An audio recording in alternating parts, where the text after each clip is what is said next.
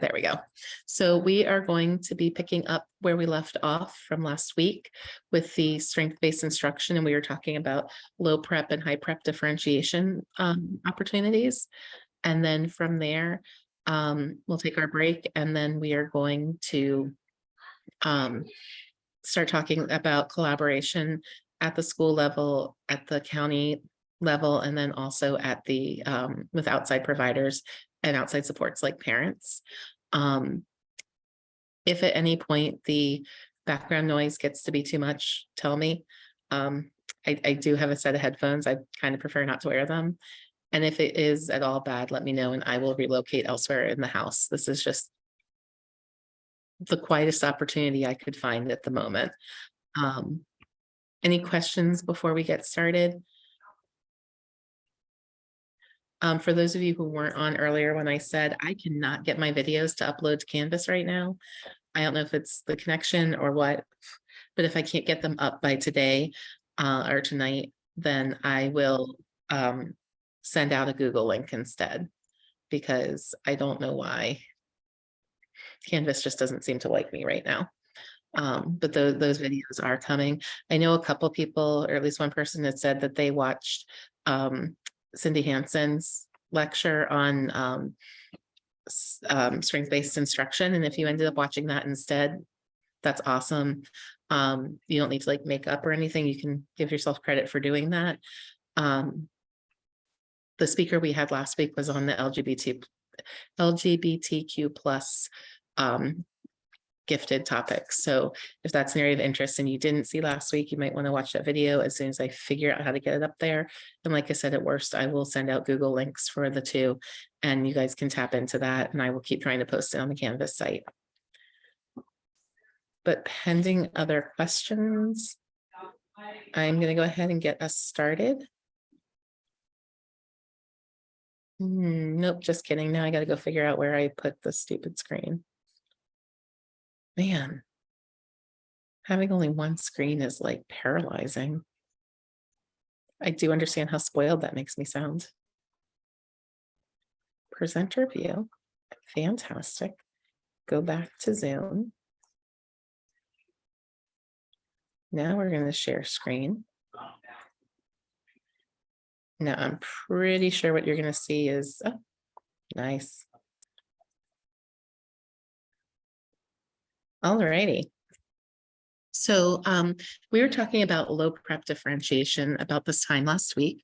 And what we were talking about were ways that you can bring differentiation into your classroom, literally low prep, literally without you guys having to do a whole lot, but also providing that opportunity for students to engage differently with the material that's presented in front of them. So previously we had talked about something like the differentiator or Respondo, and they're on the birdseed.com website. And these are ways that either the teacher or the students can put in information into what they're doing, and then from there decide to come up with their own ways to respond or their own ways to do work. But again, for me in this situation, the important part is that it gives a lot. It doesn't take a whole lot on your end to provide these opportunities. I really like, when we have that opportunity to have the kids look at some different options and come up with what it is they're going to do to respond. And of course, you can always give them parameters or limits, but at least it gives an opportunity to see what creativity they can bring to the table. Oh, whoops. I don't know if anything did that on your screen, but in mine, it just, there we go.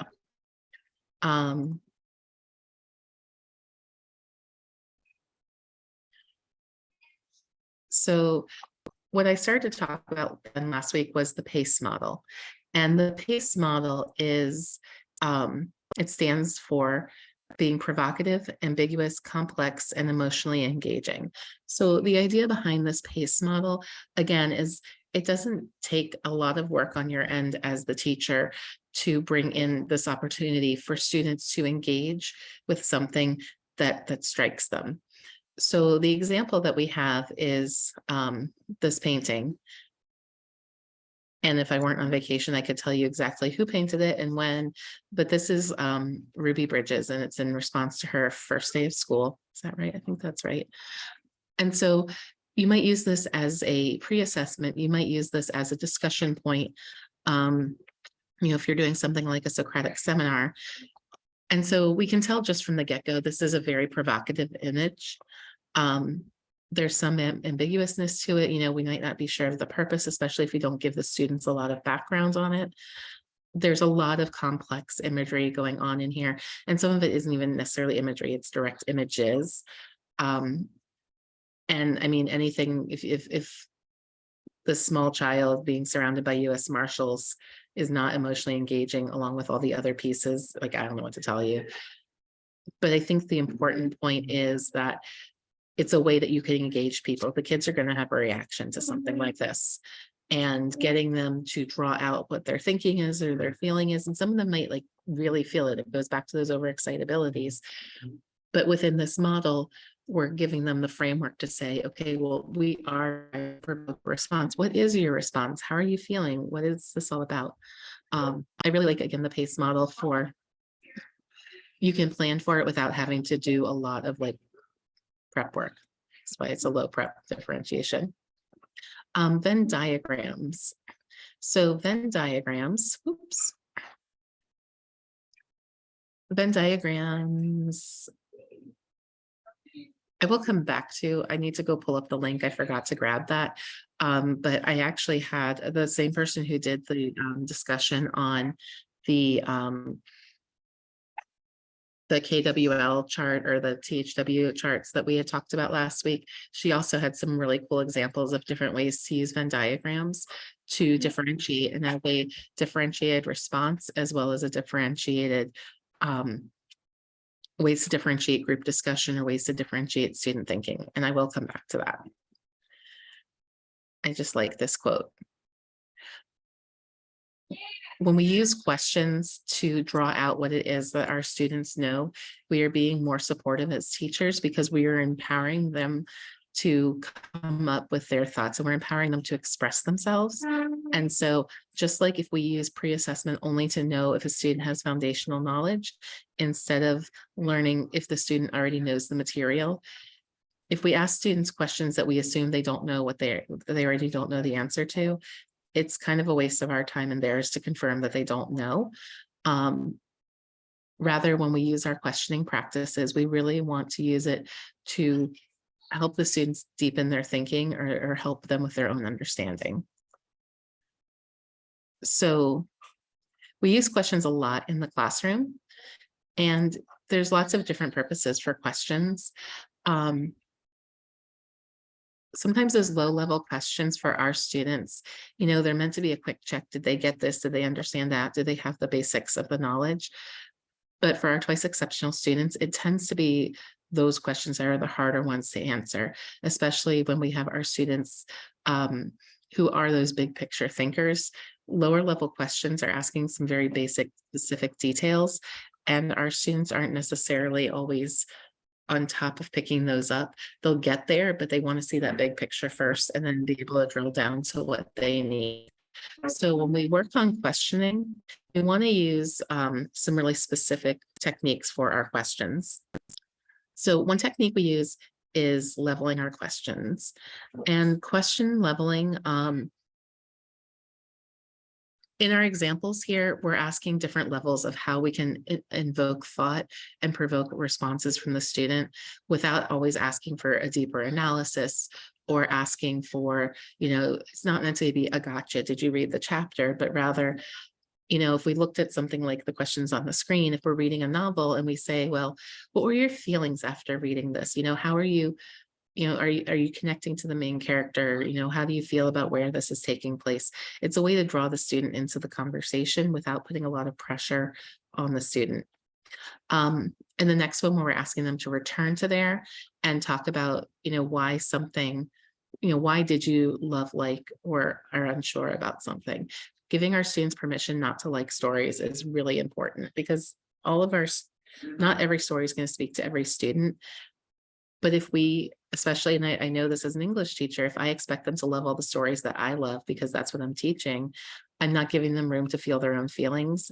And I'm not creating always a safe space for them to disagree with whether or not they liked something that I picked. And so, one, that's why choice novels is very important, but it's also important for students to say, no, I really didn't like this, and this is why I didn't like it. The last question that we have on here, like, what is the author trying to say? Again, this is asking for some of that big picture. They're asking you to have some knowledge of the author, drawing out some of those bigger ideas. And really, I think part of the purpose of this kind of structure also is when we're doing an exit card, you could ask different questions on different exit cards. You could put these questions up on the board and give the students the choice of what is it that they're going to pick. And then you can also monitor who's always picking, the more the lower level questions versus the higher level questions. Or, it gives kids a chance. They don't always have to be on all the time. And maybe they do want to answer lower level, or maybe we see that what's the author trying to say as the higher question, but maybe a student really connected with the story and they really want to tell us like what that connection was. And it's a way to build and further our relationships with our students. Absolutely. Choice supports empowerment. Absolutely. And I think sometimes as teachers, we forget that when we are choosing, we're empowering ourselves. And yes, sometimes we have to choose, but teaching our students how to choose, I think, is really an important. I think the beach fried my brain a little bit. I apologize. Question cubes are also another approach, and I have a question cubes example on here. Now, I will say this is an example of something that is super, super, super simple. And it took me so long to understand what people were doing with them. I've actually never used question cubes in my classroom because I literally could not figure out how to use them. That is me. Essentially, you have two different cubes, and one asks the who, what, when, where, why, and the other asks about, maybe setting or actions or characteristics. And so the students roll the dice, and then using those two as a frame, they create a question and then they answer it, or they create a question and then their partner answers it. It's not a difficult construction at all, but for me, I'm going to keep going. Oh. I actually personally prefer the question matrix. One thing I've really liked with this is in some of my classes, we had it as like a laminated placemat, so we could use this multiple times. I would give my students copies of these as well, because sometimes if they got stuck in some type of writing, I would ask them to, if they're having trouble, like what they're expressing, well, look at the question matrix and what's your question, and maybe that would help jumpstart some of their ideas. I also liked this when we would do Socratic seminars. We would have our students pre-write their questions for the seminar. And so they would use the question matrix to bring some of their ideas together. I've seen it done, and it has positives and negatives. But I have seen it done, or I've done before, where each one is worth 1 point across. So we have 1, 2, 3, 4, 5, 6, 7, and then the same going down. And I would give the kids an arbitrary number, like, write questions that you have to come up to with at least 20 points of questions. So it wasn't a whole bunch of just who isn't, who didn't, but we get down to these, why might not a character do something? And it really kind of forced the students to move around the grid a little bit and not get too stuck into one particular question pattern.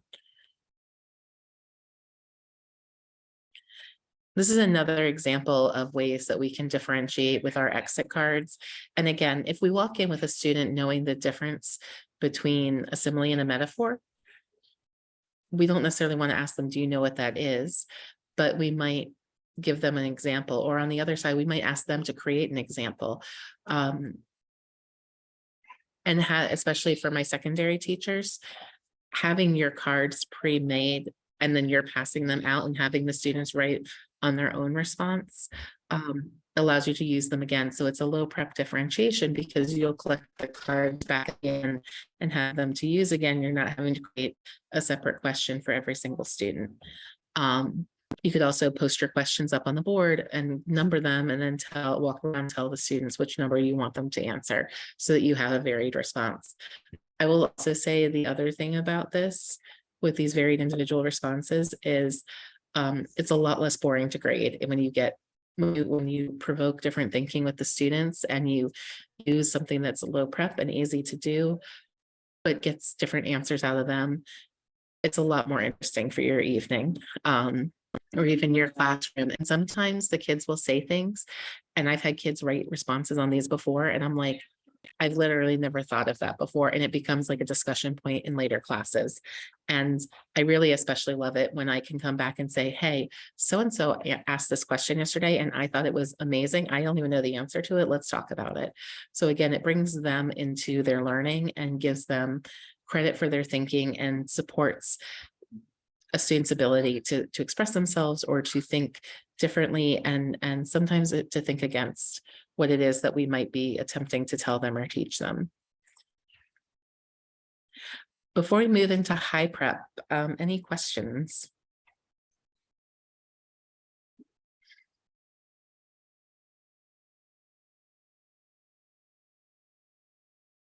I have a question. Can you use these type of questions also for math? Yes, and I actually had I used to have a math question on here.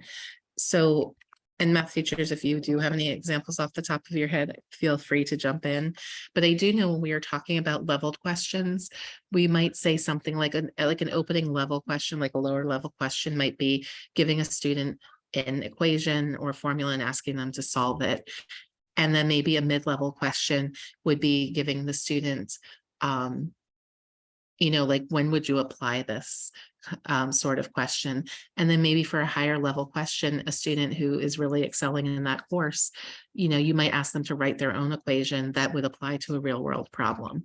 So again, there's ways that you would draw it out. And so you want to think about what is your standard, what is your goal, but also if you have a student who's flying through and acing all the direct formulary questions, what can we do to provoke their knowledge and get them to think about it in a different way or in a more complex way? The question matrix, maybe. I don't know. I have some other cool math ones for high prep differentiation. I teach, do you mind going back to that last slide? Yeah. Sorry. I teach chemistry, and I was thinking about ways you could use this depending, and I think it's similar to her question about math, you would just have to, frame it a certain way, but like the who, what, where, which subatomic particles would do that, where are they located, will it have anything to do, will it affect bonding? I don't know, there's just different ways you could apply it that might make it more interesting to students who don't love science if you can frame it in more of a literary way. Yeah, I really like that. And you're right, there's the when where question, when would you not use this? When would you not do whatever it is math people do? I really try. I promise you I do. Yeah. But when would you not use something like this? Or maybe you're talking about area and perimeter. When would you use area versus perimeter, and when would you not use it? When would this not make sense to do at all? Why might a carpenter need to know these different formulas? So again, trying to apply it in the real world, I think, might be a way to do that. And like I said, I promise high prep, I have fewer English. A lot of my stuff we all know is English flavored because I taught English, but I really tried, especially for high prep, to get some different examples of different courses that do different ways to use the high prep ideas.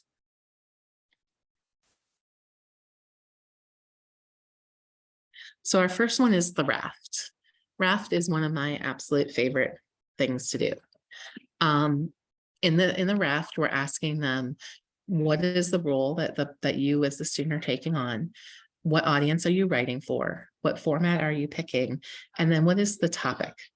So on this long list here, you could be a reporter, an observer, an eyewitness. You know, is a parent reading this or an editor? Is it going to a community? What's the best way for presenting it? And then what is your specific topic? So I'm starting with a math example. So in this one, we have a couple of examples here. So your role is a 0. Your audience are whole numbers, and you're writing a campaign speech about why the number 0 is important. Or some of my kids want to argue whether or not 0 is a number or just a placeholder. That seems like a perfectly good, you know, and that could be a debate. Your format could be a debate between the number 1 and the number 0 about value. You know, we have the decimal talking to customers. The format is a petition, and they want to do a proof or check set for membership.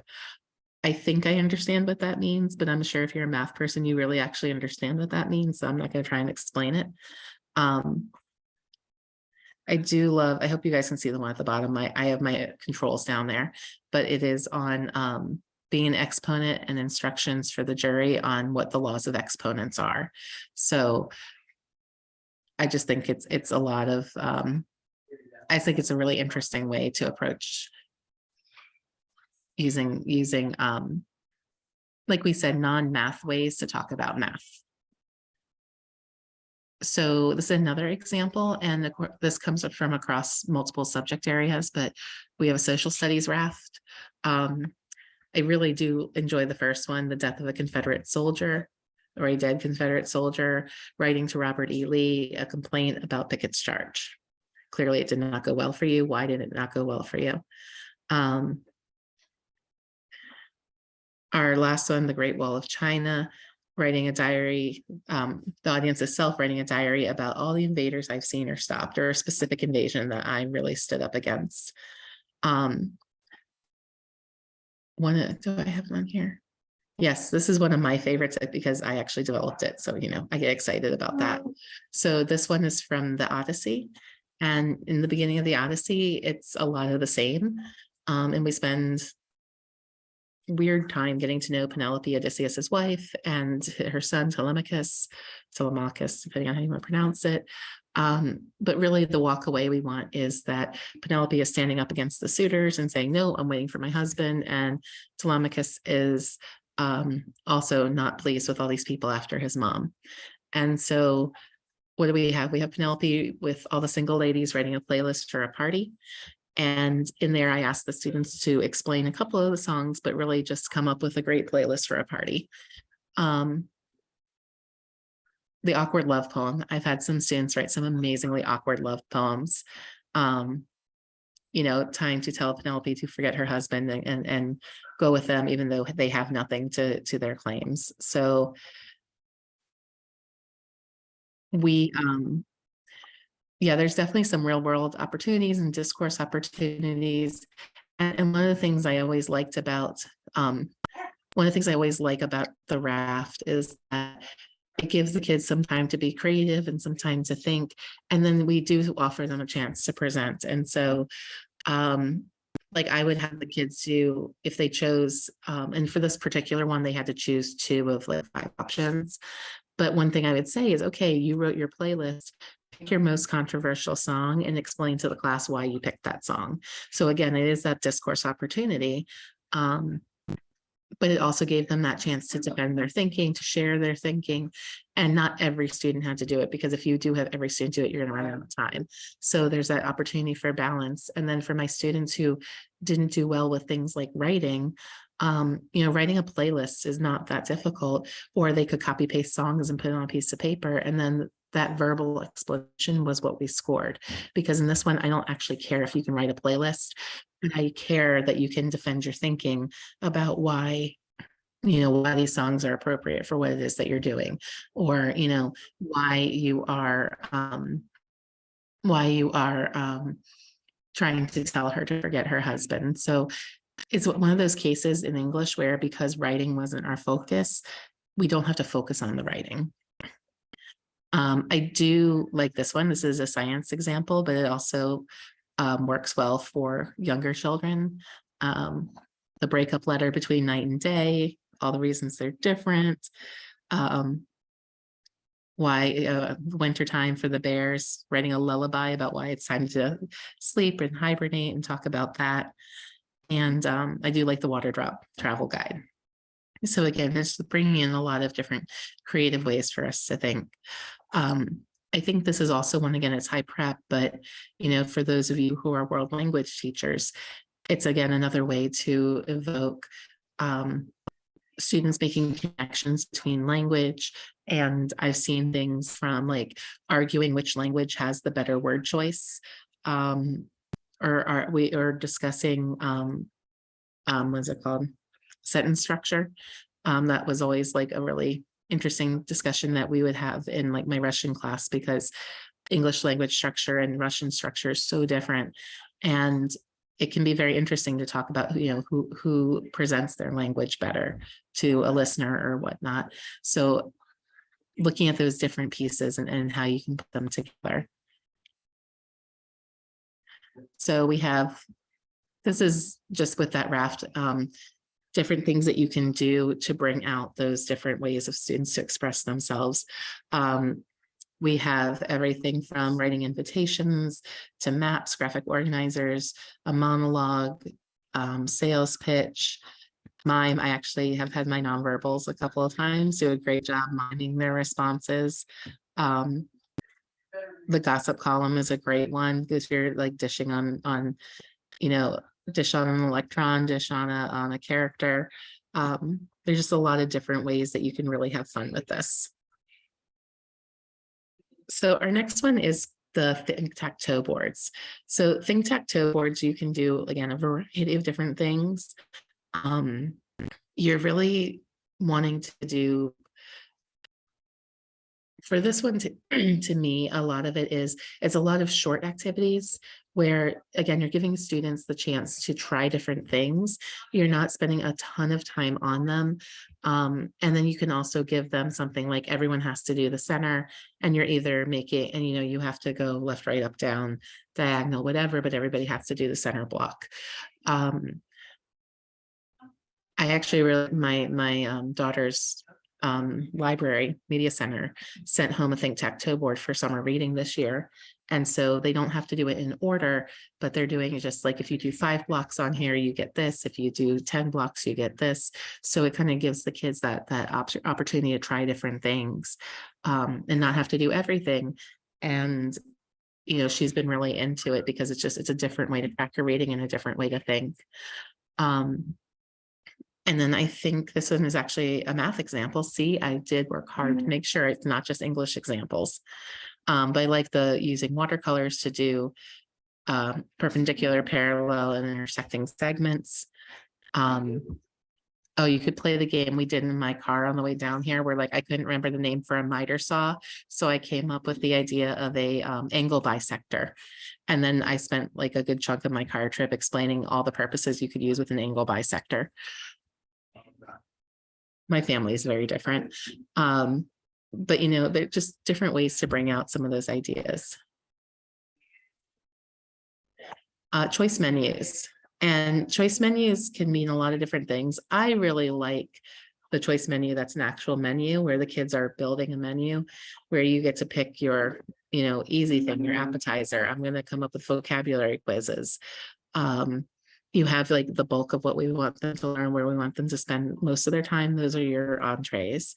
And then things that you could do to enrich or expand on your writing, those are your desserts. It's just a little bit sweet to add on the side. And, telling students that they can, mix and match and put this together. Again, you can tell everybody has to have an entree, but you could do an entree and sides, or you could do, mostly just entrees and desserts. There's different ways to have this add up, but still also to have our students make sure that they're on one specific thing that we're trying to target with them.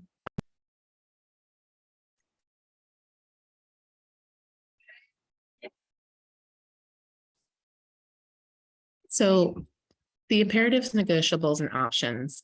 I feel like this is actually a way I live my life now when it comes to chores, when it comes to doing my own work, but also in the classroom. What do you have to do? What can we talk about? And what are your actual choices? So, for example, here, imperative, you have to select a chemical problem in the environment. We have some choices, but you have to select one of these: global warming, greenhouse effect, ozone depletion, acid rain, with a map and a talking point and a paper. Now, hopefully, negotiables. You can do at least one. And usually when I have a negotiable, my third option is look at choice one, look at choice two. And if you have a better idea than those, I'm happy to negotiate with you which one you want to do. For some kids, that's too much. Some of our kids, if you give them something open-ended like that, they will spin and come up with 1,000 ideas, but never do any of them. So this is, again, where it's really important to know your kid, because sometimes our kids, they'll spin with two choices and you don't want to give them the option of a third. But I like here, this one of them is talking kind of that money cost, and one of them is talking more historical. So again, you're getting important information either way, but we're letting our kids kind of focus which one sounds more interesting to them. And then the options, that you can have, how are you going to express this? So, you can add on one of these to the end, or you could, again, do these as extensions. So, the bulk of the work that they would be doing are under your negotiables, because those are your products. And then the options are just ways to, give a student response. So, this would be also another good point where I might give them the opportunity to come up with other ways that they could express their own thoughts or opinions on this. I like this we've got the fictionalized account, the cartoon, the public service announcement. I actually had one kid who just, obviously it wasn't science, but we had something similar to this. And he's like, I just want to yell about it and complain about it. And I was like, fine, get on a soapbox. So he had a soapbox and got up and he gave us his soapbox feelings on the topic. And we're like, because really with all of these, the point was to express an opinion. And if that's how you want to express an opinion, that's the point of what it is. So again, these take more work on the teacher's part, because you have to think through what is it that you have to have them do? What are things that information you need back from them? And then what can I do to share? So it does take more development on the front end.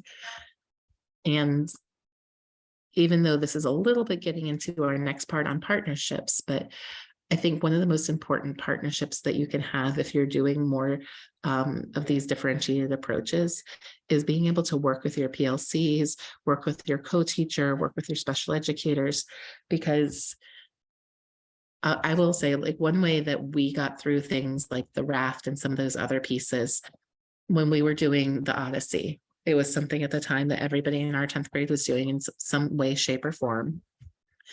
And I was in charge of the first 5 books of the Odyssey, which is why we have the raft. Somebody else took on books 9 and 10. Somebody else took on 22, 23. So with all the members of our PLC, each of us put together something.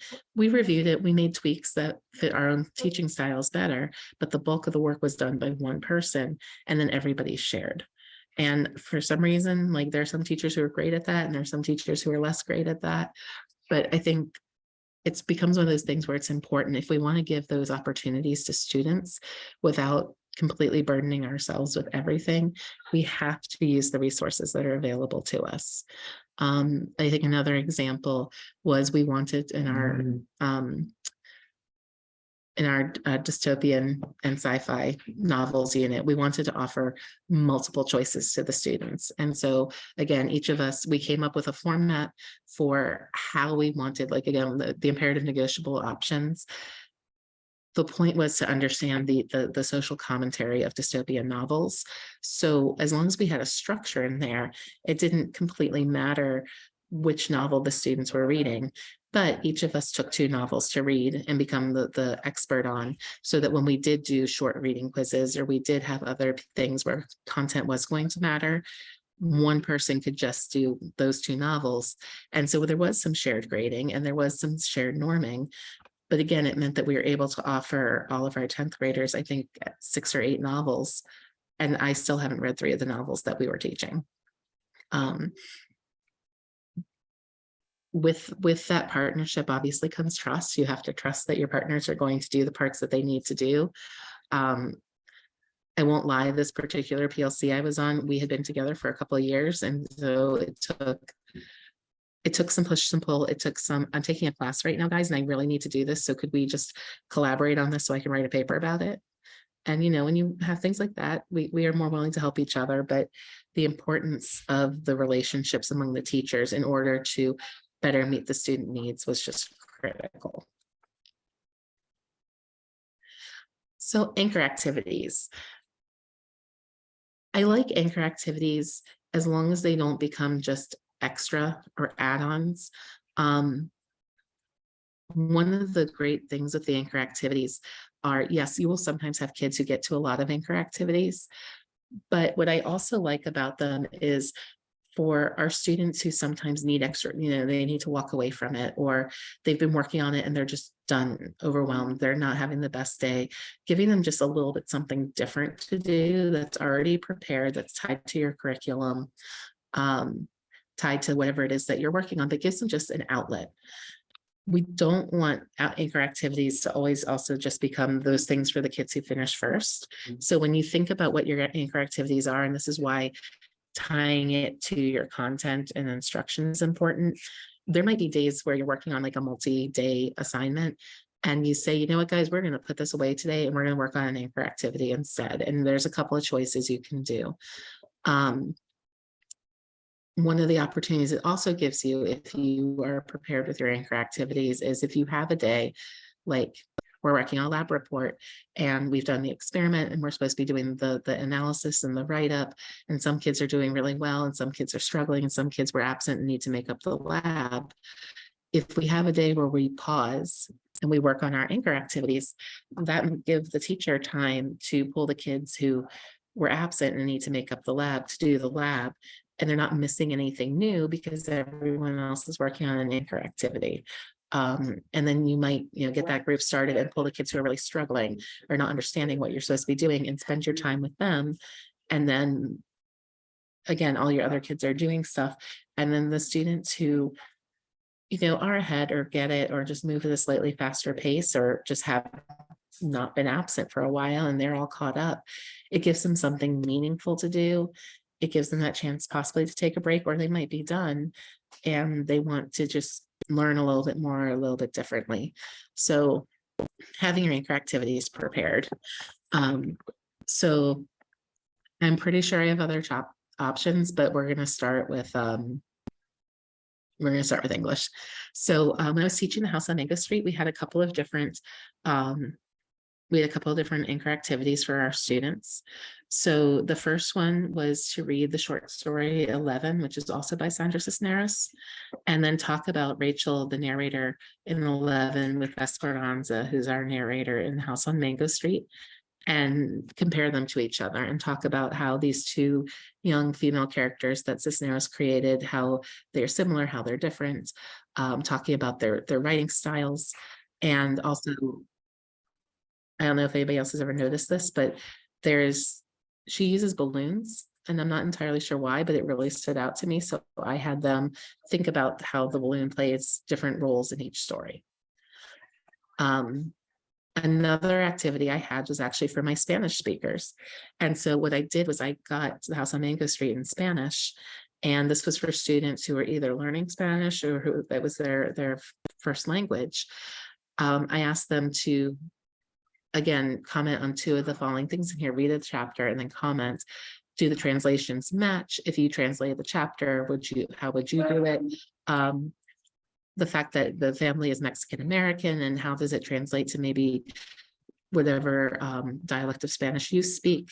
And also challenging them to write something like Sandra Cisneros does, but in their own dialect of Spanish. I think when we think about our diversity with our students, giving them the opportunity, I did this with my credit recovery class one year. And I had a lot of students who were, you know, some were there to actually recover credit, and some of them were there because there's like a weird thing about when you finish your EML courses that you do need to go back and take English 9, I think it is. And so I had some students in there who were very strong in their EML classes who were coming into English 9 for the first time. It was their first time taking an English class. And so everybody in my class happened to speak Spanish. And so we did this instead of as an anchor activity, as a class activity. And one of the most amazing parts for me was, one, to learn that the translation of The House on Mango Street in Spanish, it translates the syntax in English. So it doesn't, the way people speak Spanish is not the way the book is written. They literally took the English sentences and they translated them into Spanish, but it's still in the English order, if that makes sense. The other thing that was just endlessly fascinating, which is actually where the second bullet came from, was my students talking about how different some of the slang was. And then as they talk to each other and they're like, wow, that's not what we use, or, you know, that is not what that means in my language. And so just having like such a rich discussion in English, hearing different types of Spanish, having the students talk to each other, I think overall it was just an amazing experience. And to me, it's one of those other ways that we can value our students' stories, value diversity.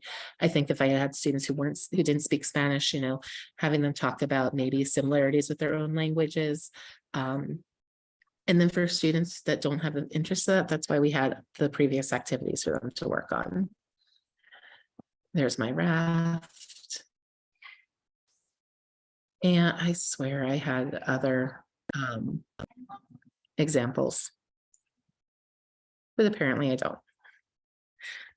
I will work on getting some more non-English examples in there.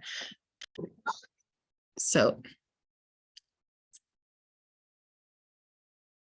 sorry about that. I hope it didn't interrupt the recording, but the children just got sent to the pool, so hopefully it will be quiet. Any questions about the high prep differentiation, or anything that you guys do in your classroom that you'd like to share? Because I always like, and if you have examples of any of these that will round out my examples, please send them to me. That'd be awesome if you try them during the year. Whether or not they are hugely successful, trying any of these is great. And I always like having examples.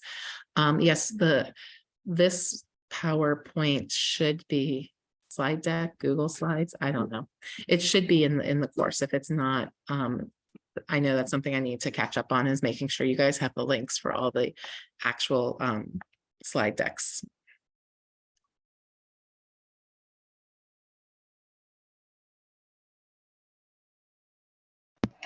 I know it's not exactly the same, but in elementary school setting, prepping like center work and having students, similarly to what you shared, like a must-do activity and then a may-do activity. And the may-do activities, you know, are either reinforcement or enrichment. They can choose where they want, or sometimes you know, you can direct them a little bit more intentionally to where you want them to go. But it's kind of similar to what you just shared. That is one of those areas where I think some of the things that we do in elementary school would play out so well in secondary. And I think there's just, whether it's not the knowledge or just, I think of, for a lot of us when we were growing up, a lot of secondary education was sage on stage lecture style. And so in our heads, like, we're always kind of breaking against that tradition if we're trying to do other things. And sometimes, honestly, I will tell you, sometimes some of the campiest stuff that I have done with even my oldest students, they actually like, even if they complain about it, they like it. And let me tell you, 9th graders and 10th graders still like stickers, even though they will tell you they don't. I've put stickers on kids' papers before, and other kids were mad that they didn't get stickers. So don't let them fool you. They are still kids at heart. But yeah, setting up for centers, having those options. And then I think some of it also comes back, and again, this gets a little bit into what we're going to talk about next, but doing parallel instruction or doing small group teaching. There's a lot of structures that work really well in elementary school that I think secondary would do well to pick up on. And I know it's a challenge. One of the things, especially like one of my co-teachers, Charles Alexander, he and I would spend extra time when we were planning, because we would plan some amazing lessons, if I do say so myself. And then we'd have to think about how he was going to do them the other periods of the day when he didn't have me there. And so, we also had to be cognizant that we didn't want to always do such a high level of prep that he wasn't going to be able to do the courses himself. And every so often there was something where he really needed a second person, and I would come back into the classes for those. Our Romeo and Juliet presentation really required both a Romeo and a Juliet. So I came back in because my poor Juliet needed her Romeo, his Romeo. I don't know. I was Romeo. But otherwise, yeah, in all of this thinking and prepping and planning, the goal is not to overtax ourselves. The goal is to have the material differently, help the kids think differently, support each other. And as we develop some of these different opportunities and tasks, and again, whether it's high prep or low prep, but especially high prep, you can't do these all the time. Anchor activities are something that you can always have in your back pocket, but to have all of these kinds of things all of the time is in and of itself overwhelming, which is why we want to leverage other practices, like having more choices, like having familiarity. If we get our kids familiar with those question cubes or question mats, or question matrix, that's one of those things that, you're having a flat class and it's just not going your way. Pull out the question mats and have the kids write questions to each other and then answer them to each other. And it gives you a few minutes for a breather. It gives them something to do. And if they're used to the structure, you don't have to first teach it to them. And it's one of the reasons why I think centers work really well in elementary, because it's just your one teacher. It's a pattern and a routine that they have. And because you do it frequently, it's easier for the kids to fall into, but you can set up centers and you can have that in secondary as well. It takes a little bit of rethinking and reimagining in the classroom.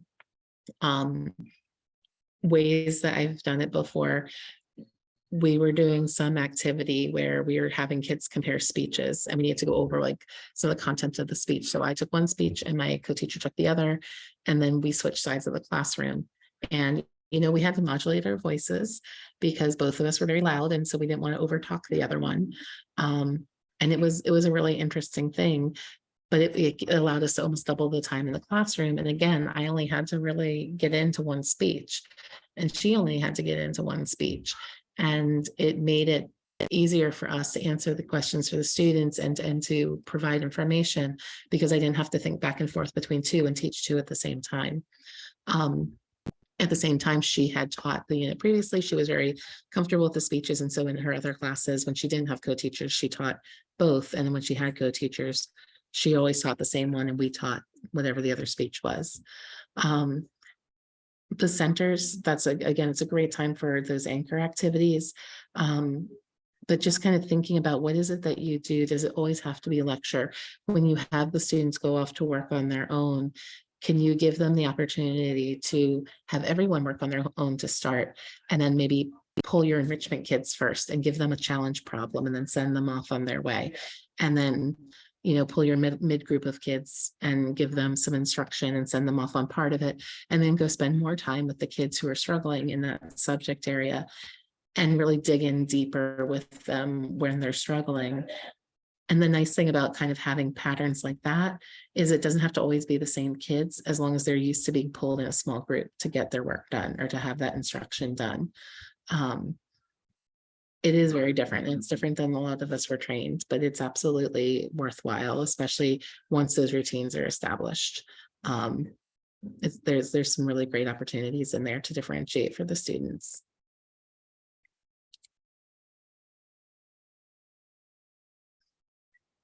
So I will say, as always, we can talk more. Is 7:53.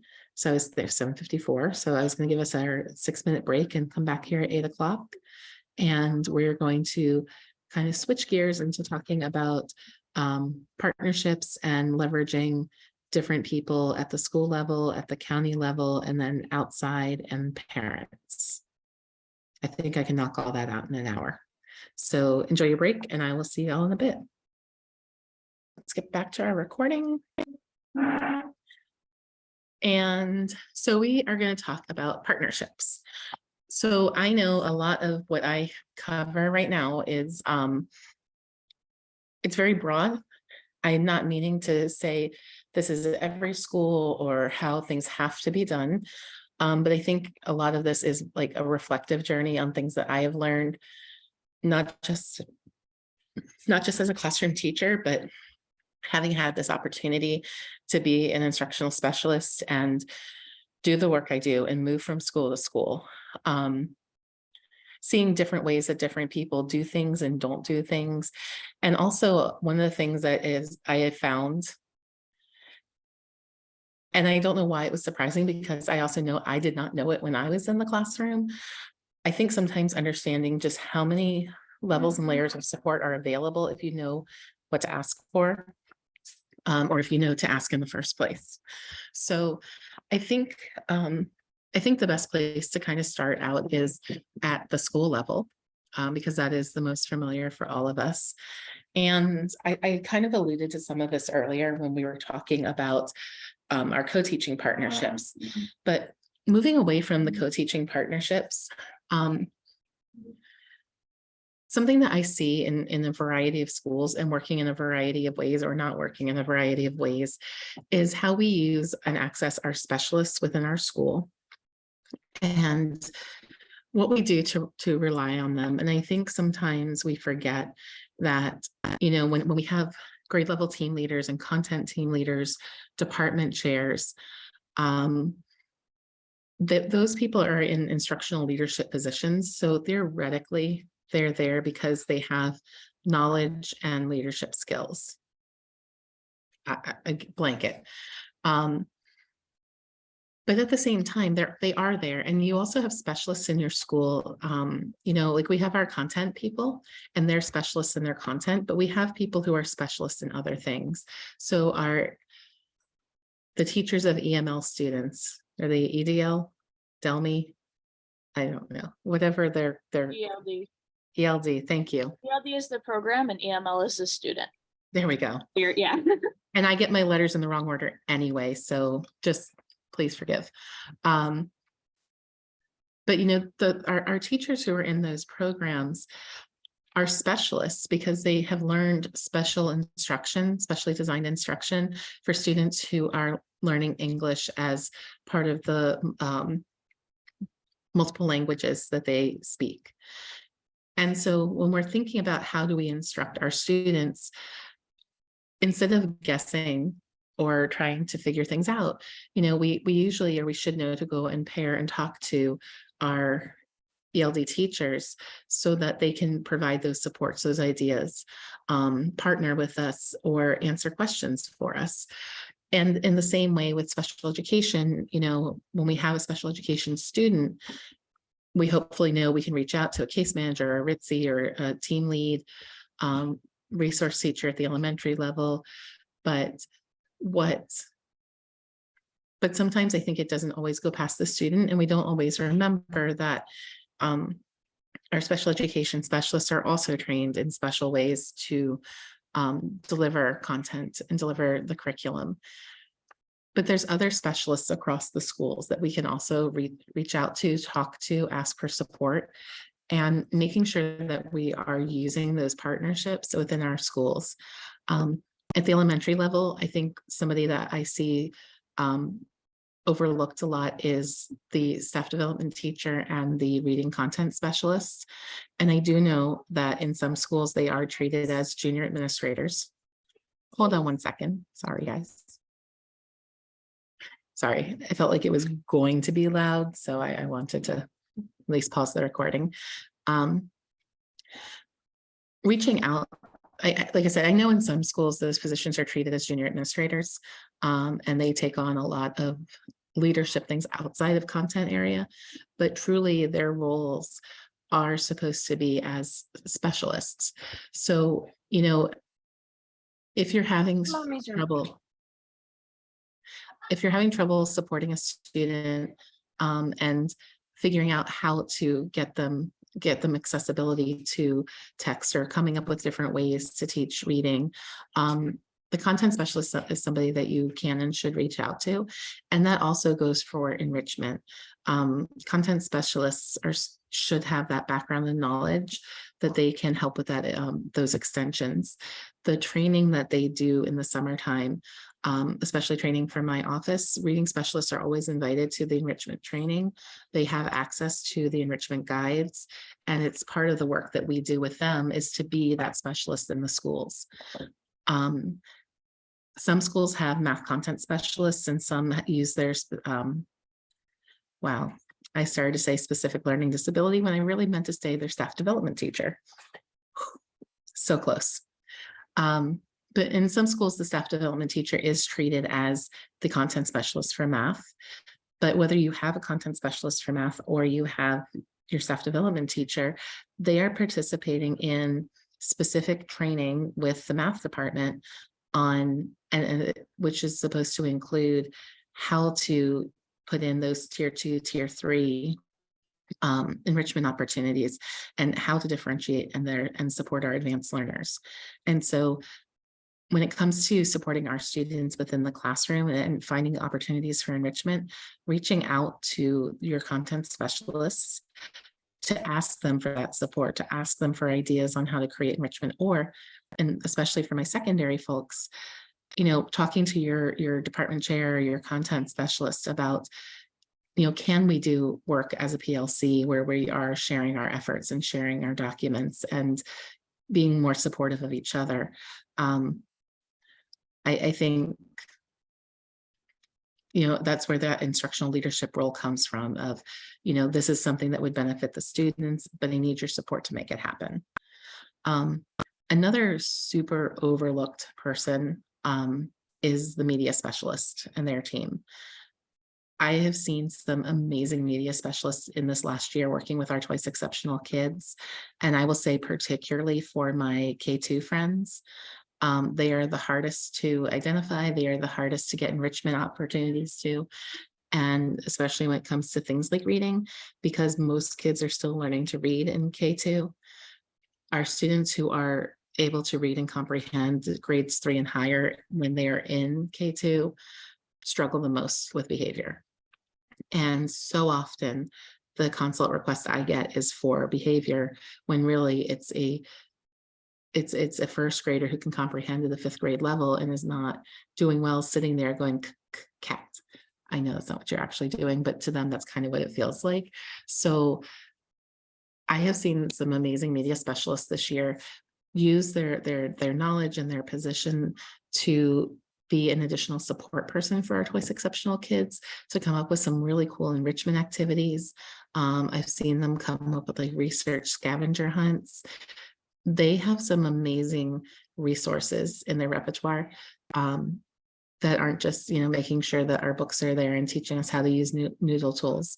So reaching out to your media specialists and asking for help in what it is and finding out what their area of interest is and maybe helping cultivate the relationship with our students, or they might already have a relationship. For a lot of our kids, even if they're not big readers, the library tends to be their safe place because they have somebody there they can talk to forever about whatever subjects, because like the media specialists listen and they also know a lot about a lot of subjects because of the nature of their jobs.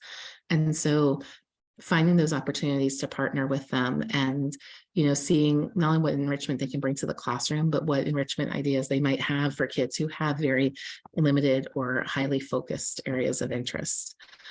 I think I've also seen them do some cool things with just drawing kids in. You know, research doesn't always sound like the most fun thing, but sometimes if we have our kids have the opportunity to do research on a topic of interest to them, it can pull them in a little bit more and give them greater interest. People in Title I schools have their primary talent development coaches, and it is something I know that we want to expand in talent development. I have not talked about nearly enough.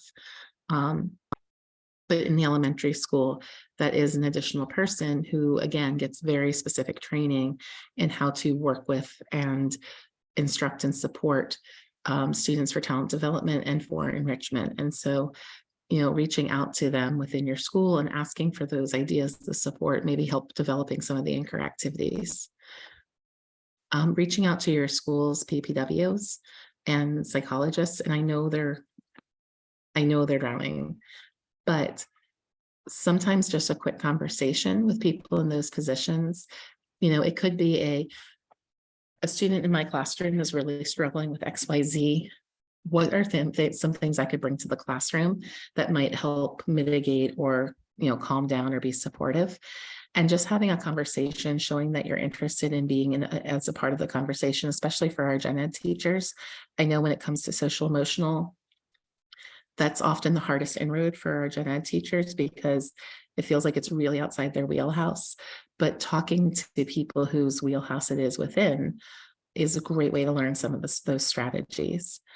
And I think no matter what level we're at, finding ways to create calming spaces in our classrooms, whether it is physically, which is usually more in like an elementary setting, or within our building, or even just a way to create a calm space within the classroom, even if it's not a physical space, will go a long way to supporting not only our Twice Exceptional kids, but our kids who have anxiety and other social emotional pieces going on. The other person who's really great to talk to about that sort of thing is going to be your occupational therapist, your OT. There is an OT assigned to every school. They are hard to find sometimes because they are assigned to multiple schools. So this might be something you have to work with your special ed team to find. But sensory learning and sensory processing is a part of what OTs do. And I know, more traditionally OT training and what we think of as OTs is, tying your shoes, handwriting, calculator, like a lot of that fine motor skill, which it is. But I know I personally have been very interested and surprised to learn over the last couple of years just how much work and how much training OTs have, not only in sensory, but also in executive functioning. I've heard some people describe that, the job of an OT is to make students functional at school. And if your executive functioning is not functional, that's something they can coach you in. Actually, in private schools, especially private schools that don't have special educators, it's the OT who does that work, not a special educator. So they are, I think, a very underutilized resource because, again, we're not asking them to necessarily come in and do, one-on-one work with a student, but maybe coming in and helping me kind of look through my classroom and see what are some things I could do in here, or what are, do you have any ideas? I see this, and this with these kids. What is it that I can do to, help them in the moment, help provide those supports in the classroom? And it could be, asking the OT to do a presentation to the school for those of you who are in more of the leadership type positions, asking to leverage that as a resource, because maybe the OT can't sit there and meet with all 152 teachers at your school, but they could come to a staff meeting and present on, ways to address executive functioning in the classroom, or ways to create calm space in the classroom, or ways to minimize sensory overload in the classroom. Those are all great resources that I think sometimes get overlooked. Because when it comes to the one-on-one work, they only can work with special education students who have it on their IEPs. But when we're asking for that general information or that bigger picture information, they are allowed to give us that kind of feedback.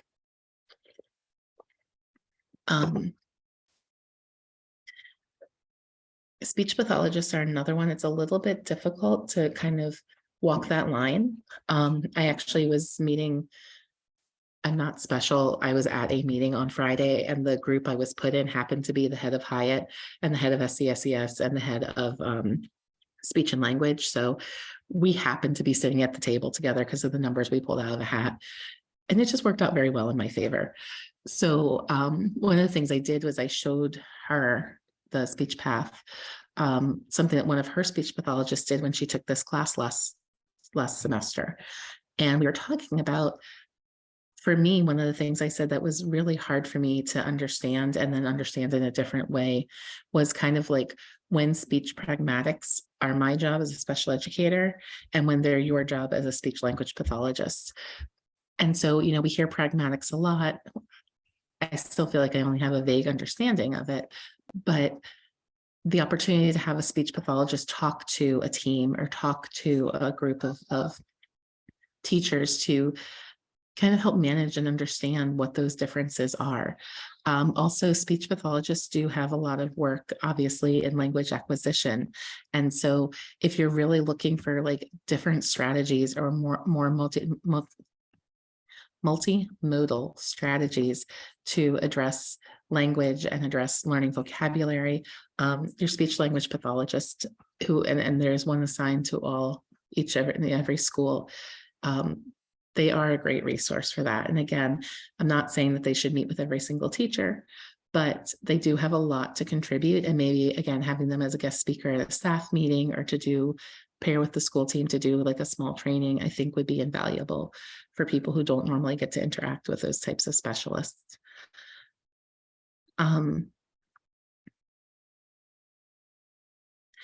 All elementary schools have a GT liaison.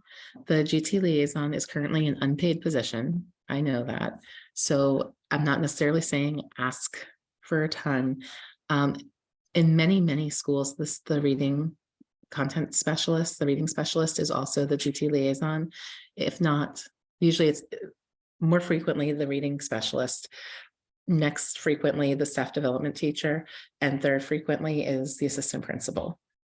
But all of these people are in positions where they, again, get extra training from our office in order to understand better how to work with students with both a gifted and a twice exceptional profile. And so sometimes, you know, when we're advocating for our kids or we're not really sure what we're looking for, they are a good resource, even if it's just to put you in touch with other resources. And there is one in every single elementary school.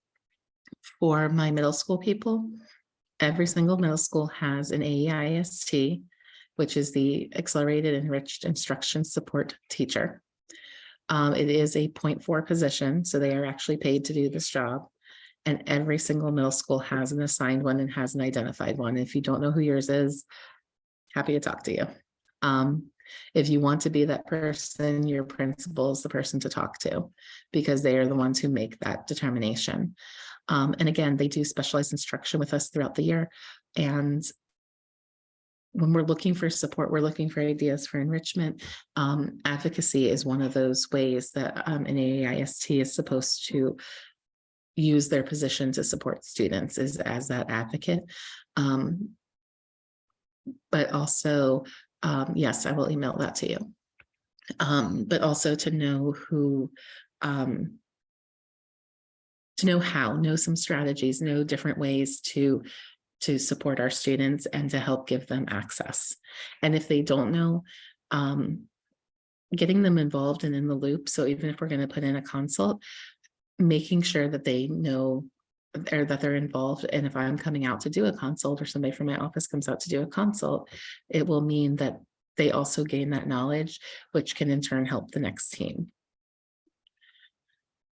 I think that covers everybody that we would consider within the school building that we don't typically think about as our support people. High schools, I know I didn't talk about you. I apologize. I would say there's only 26 of you. So generally reaching out to within the school, I don't have a great structure because the AEI office doesn't have anyone directly in the high schools. That might be changing, but if it is going to change, it's not a paid position change. It's more of a voluntary position, voluntary offering. And so a lot of times in high school, it really is about you and the case manager being advocates for that student. Anybody have any questions? Does anybody have any any people that we feel like I haven't talked about that might be good to bring to the mix? Or if any of you are in those positions and you've done some of this work, please feel free to share that out with the group as well. I'm going to turn off my camera for a hot second so that I can turn the lights on because you guys can still see me, but this room is getting darker by the second.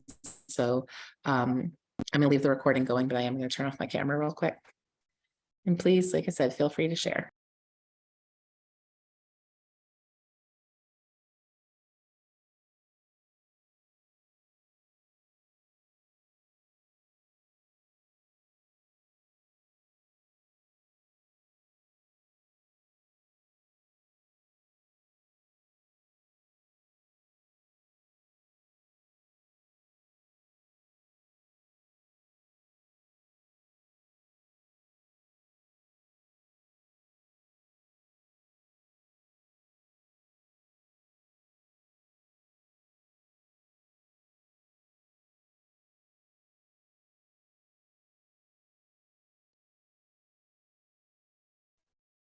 yes, for those of you who are asking,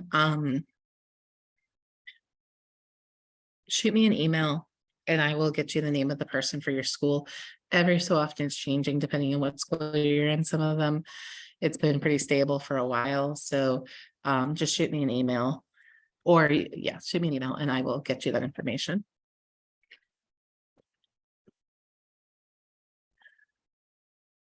So then I think the next one we're going to talk about is our central office folks. There's me. Hi. But I will say, with a lot of the work that I've been doing, a lot of the work my predecessors have done, Twice Exceptional is not as unknown at the central office level as it used to be. I can say of our, let's see, we currently have 6 instructional specialists to support special education, and one of them got hired like a week ago, and I have no idea who they are. The other 4 of them took a class with me, this class with me last semester. So even though they already were very well versed in the work, they came out specifically to further more of that information. And the 4th person who was not able to take the class with me, not only does she have a lot of experience, but she helped me develop a pilot program for Twice Exceptional first graders during the pandemic. So I feel very confident in her skills. But all of that is to say that right away, when when you guys are asking, or if you do ask for a consult through our consult process, and I know that process is going through yet another change, what's going to look like. That was what I was doing on Friday, was talking about the consult process. But I think a lot of times when teams are asking for special education consults, they think they're going to go directly to the program. And I know a lot of times people will say, I asked for a Twice Exceptional consult, where's Sarah? The thing with our consult process, though, is that it's supposed to be kind of multi-layered. And so because all of our specialists have had training from me in Twice Exceptional, there are a lot of times where it doesn't need to come to me because they're giving you the information that you need. And I think it's one of the important things also for you guys taking a class like this is I know that when I get a question from someone who's taken my class, it is a much more nuanced question. If I'm getting questions, it's because you guys have tried all the broad stroke tricks. You guys have done all the pieces that I would first be telling you about in a consult if you had no concept of what Twice Exceptional was.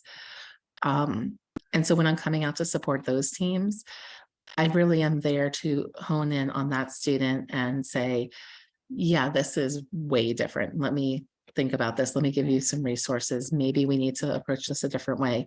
Maybe it's time for a schedule change. There's all sorts of different things that we can look at. And I really, really appreciate that. I also really appreciate people who are learning for the first time. And so sometimes my consults are really just teaching teachers that Twice Exceptional is a thing and these kids exist and they have needs that are different from other kids. But outside of the consult process, there are other avenues through central office that are available for support. One of those areas are our content specialists at the central office level. So the same that we have instructional specialists in AEI, we have instructional specialists in special education, we have instructional specialists throughout the curriculum office. And one of the jobs that they do is supposed to be to consult with school teams when you have some of those more advanced students. So if I have not made it blindingly clear, if you have math enrichment questions, I am not the person to talk to. I can give you resources, I can give you ideas, I can talk about some strategies, but when it comes to the actual process of providing the appropriate enrichment for a student in math, I am not your person. But you have a person.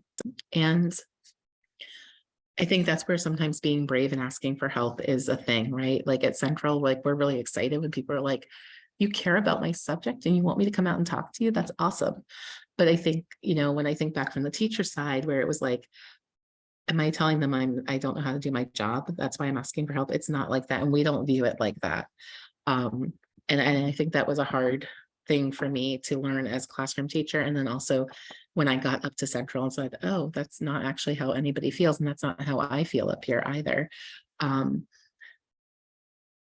Reaching out to our content specialists at Central office and asking for those specific content questions. Because again, in theory, we are in our positions because we have the experience and we have the knowledge. And we are able to sit down and kind of comb through, what does the data say? What are we really looking at? Do they need broad enrichment and acceleration, or is it really nuanced and on like specific topics? And so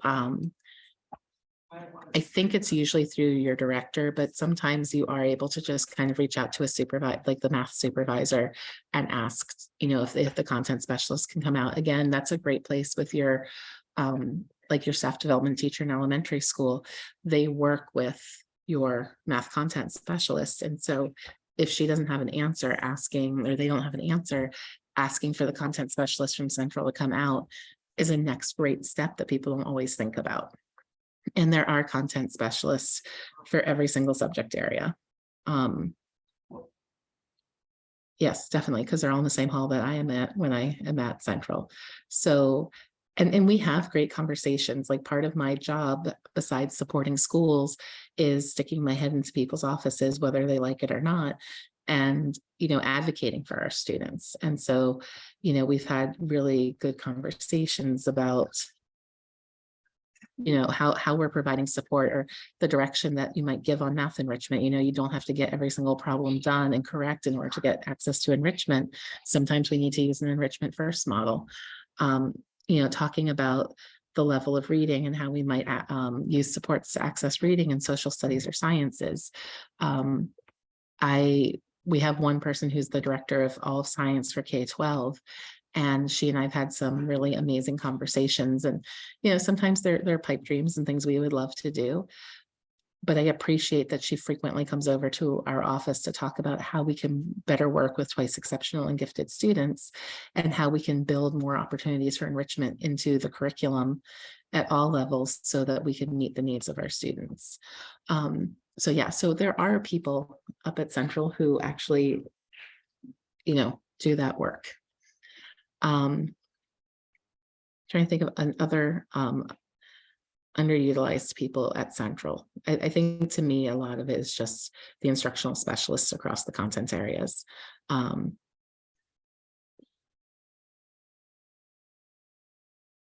Yeah, my brain just turned off for a moment there. So is there anybody else at Central you guys have like questions about? We talked about psychologists and PPWs. We talked about our instructional specialists.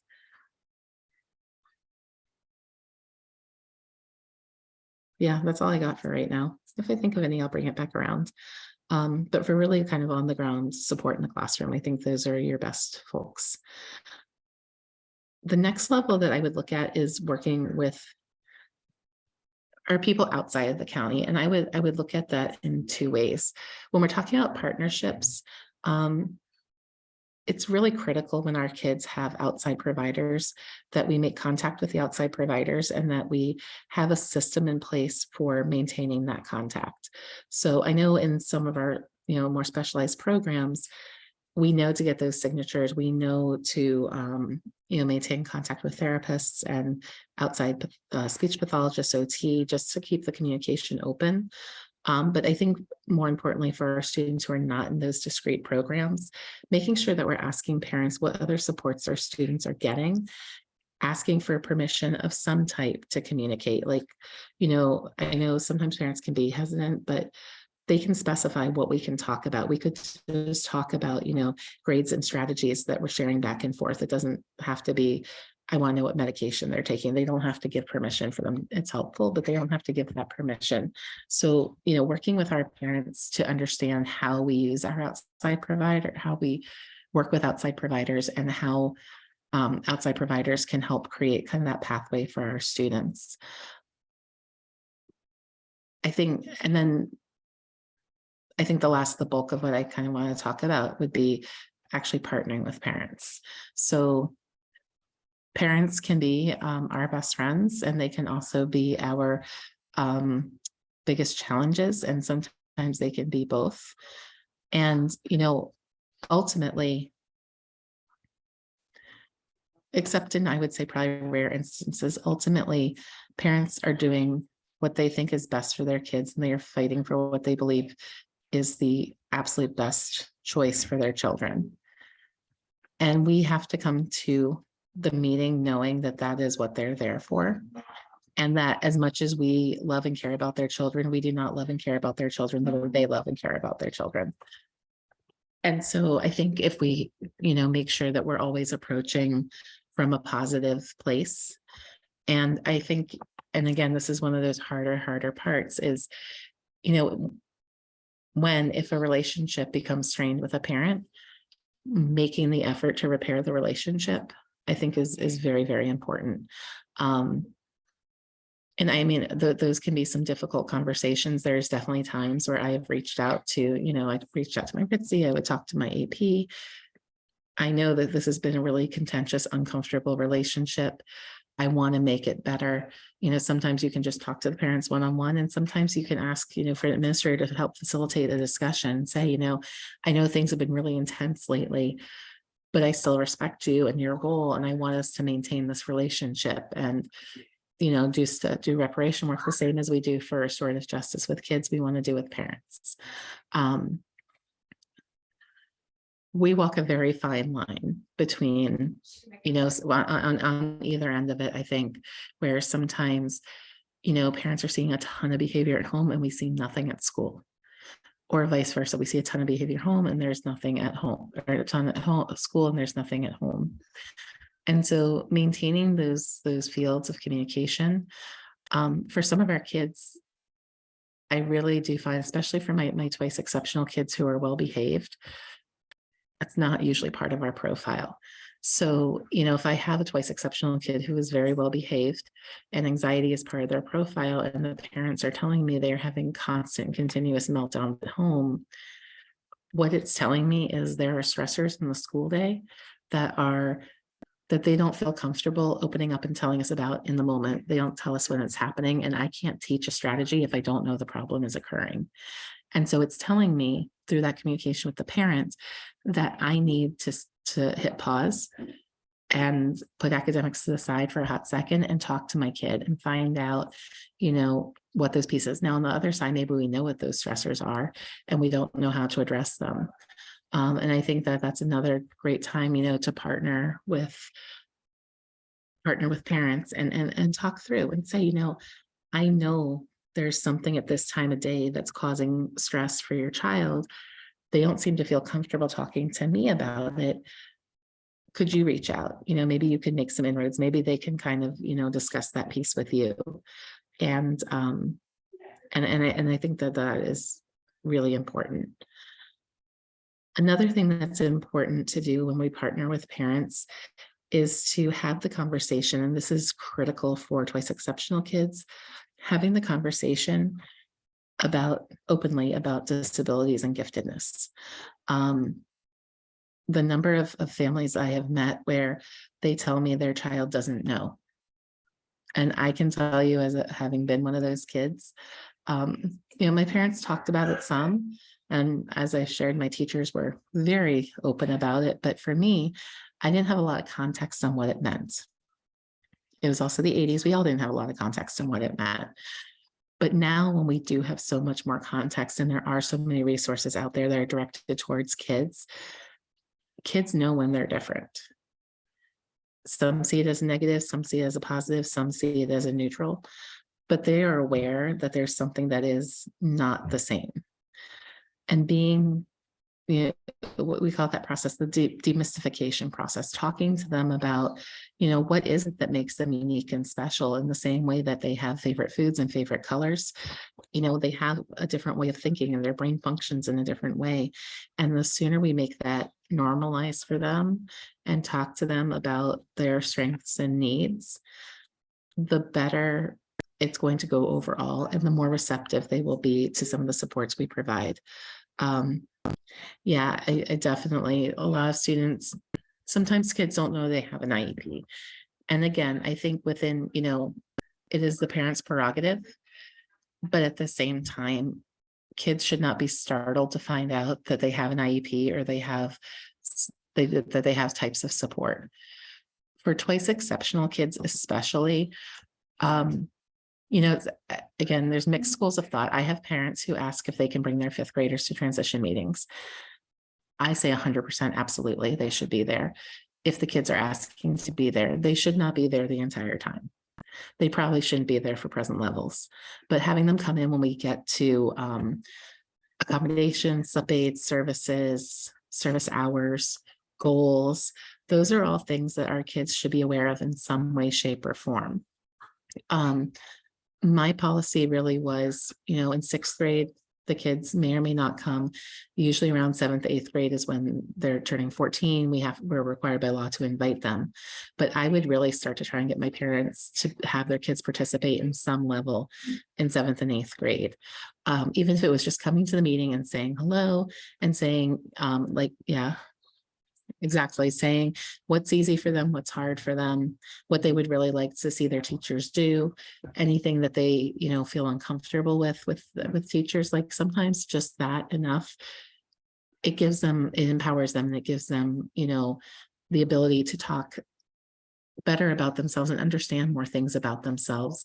And I find sometimes when we sit and talk about accommodations, not always, it's not perfect, but we might talk about an accommodation and a kid's like, oh, I didn't know that's why I had that, you know, and it can change how they view the accommodations. And sometimes they're like, absolutely not. I just had a meeting recently and the student went through the IEP, ninth grader, went through his IEP, and he gave us a list of all the accommodations he no longer needed. And if I listened to him, he would no longer have an IEP.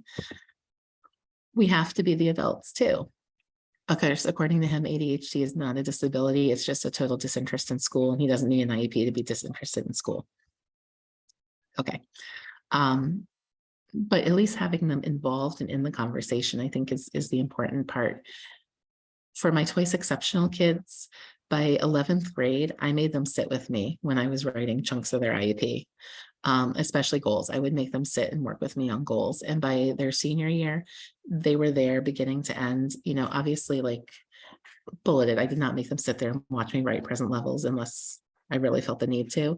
But I would sit down and say, this is what present level is about. You know, we're going to really talk about your reading. So tell me what you're thinking. What do you want to communicate to teachers? What you're getting ready to go to college? What do your college professors need to know?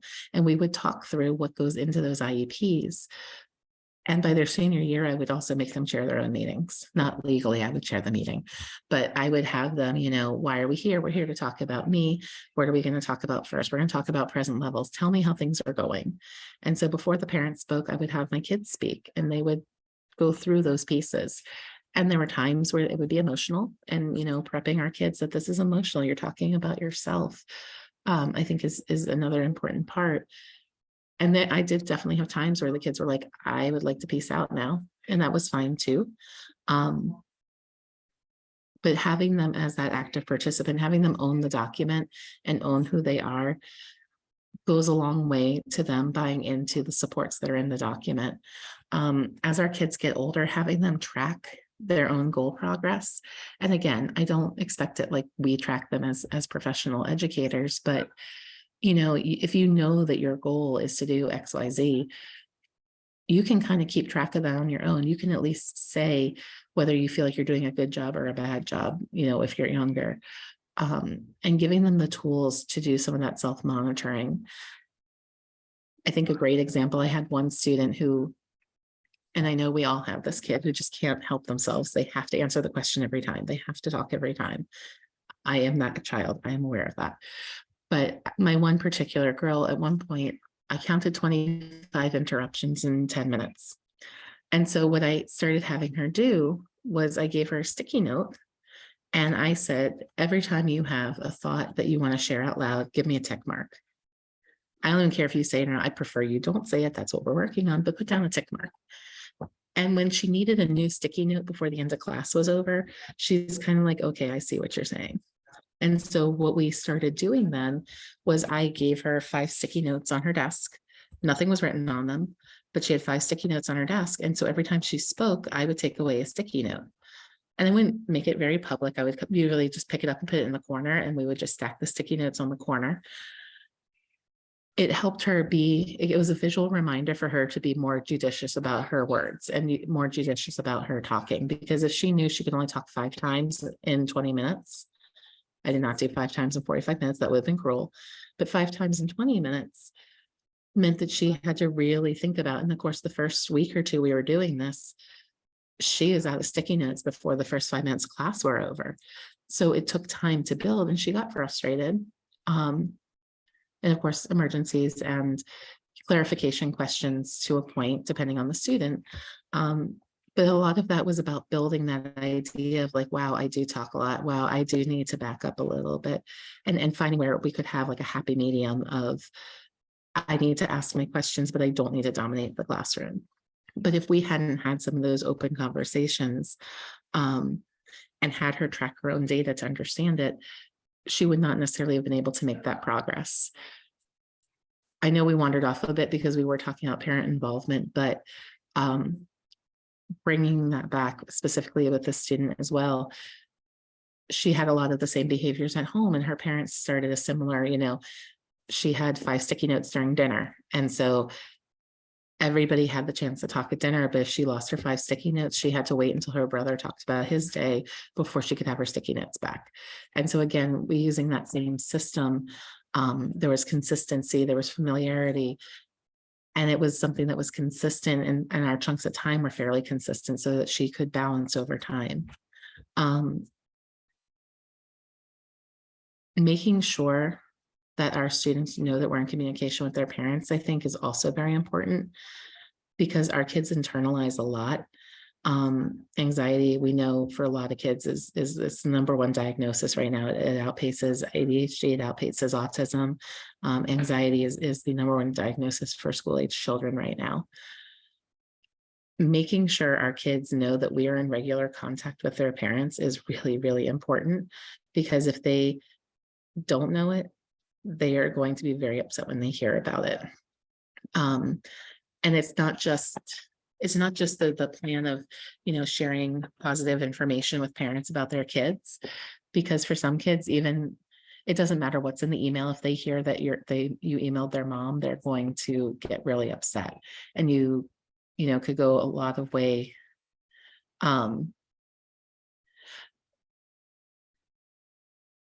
Anxiety is the #1 diagnosis at the moment, because I just sat through a training session with a couple of psychologists and some outside providers who said that post-pandemic, that is the #1 diagnosis, in not by school teams, but like outside of school teams. I'm sure they have citations. I do not. But it was hammered into us very much at this last presentation from them, and it was through the school system. But I was saying that communication with parents, because for some of our kids, they don't like the idea of mom and dad being contacted at all. And so we want to make sure that they know that we do have open communication with their parents, and that, it's okay for the school to contact mom and dad, even if it's not always their absolute favorite thing. And again, normalizing them to that, and having them part of that conversation. A lot of the reason around the anxiety diagnosis, it's a lot of post-pandemic. Kids are worrying. They hear a lot more. They know a lot more. There's not as much filter between the news and, there's a lot of open media, a lot of open communication, and kids don't always have the necessary resolve to process that and deal with that. And so I don't know that I can speak much more clearly on it other than as it was explained to us, but just kids are more worried. They feel less connected with other people. They have fewer reserves on how to kind of cope with some of these things that we might consider to be more typical anxiety. It's just exacerbated for kids nowadays. And it is just, it's said to be the #1 diagnosis right now. And that's about what I got. I like that. Tell me the words I can use with your parents. What's your plan for improving your behavior? Right. And that goes right back to that ownership piece, right? Like our students want to own their choices, or they need to own their choices. And so if they're making a poor choice, that opportunity to make a new choice. And that's part of that restorative justice circle as well. You made a mistake, and part of your owning it is, what am I going to do for it tomorrow? What am I going to do next time? And so giving them those opportunities, I think, are wonderful. I think I was much more organized than thought this time, because the last time I did this lecture, it definitely took a solid hour and then some, but somehow my thoughts were more aligned. So that's mostly what I have for our partnerships. I know when we talk, one of the other things that we hear about a lot in Twice Exceptional is advocates. We are not required to communicate with advocates. However, especially if the parents have signed something that says, please communicate with my advocate, please communicate with the advocate. I personally never communicate only with an advocate, because I never communicate only with an advocate. One, because in my mind, if you're having to pay for every email, I don't want to cost money to a family. But if they've been asked to be copied, I will copy them. And I will, if I'm responding to an advocate, I will respond and copy parents. I think there's advocates are advocates for a reason, and sometimes they feel like the enemy, but they are not the enemy. And sometimes they do have good ideas. And so I think, it's a hard line to walk. I have actually had positive experiences with advocates. And I will say I have had positive experience with advocates that sometimes when we say their name, our skin crawls a little bit. They're not all evil. And I really definitely have, I've had positive experiences with them. And while they are paid to be there, it is not impossible to work kindly with them.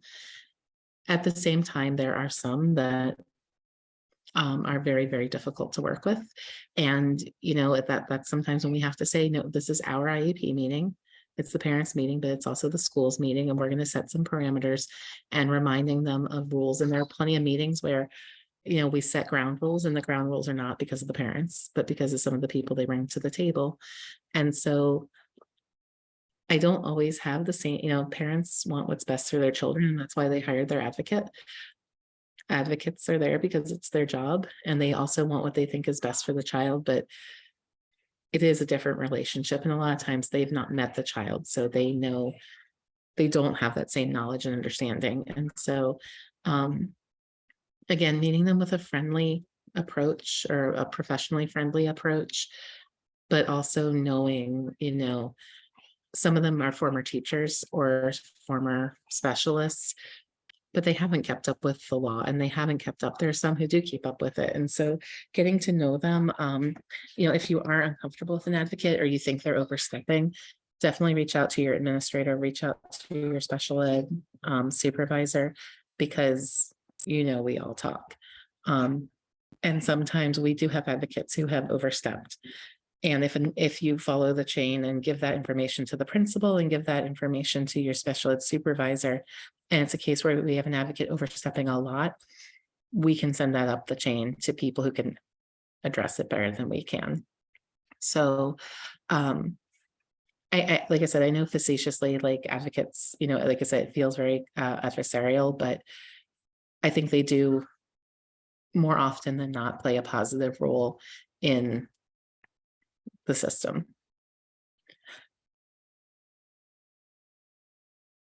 I will also add, because it is, I think, sometimes more true for mine than a lot of others, is